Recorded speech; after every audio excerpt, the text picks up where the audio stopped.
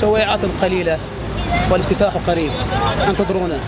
4 ساعات ويبدأ الافتتاح في مهرجان النخلة لليوم العربي للزراعة. حياكم الله.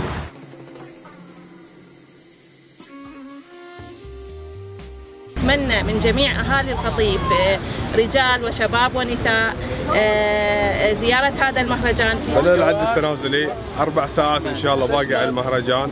أتمنى من الجميع يشرف المهرجان. أتمنى كل القطيف موجودين فيه ويشرفونا.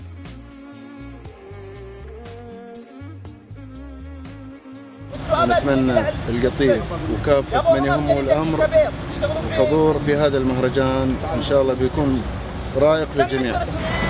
أهلنا في القطيف حبايبنا منهم خارج من القطيف وخارج حدود الوطن.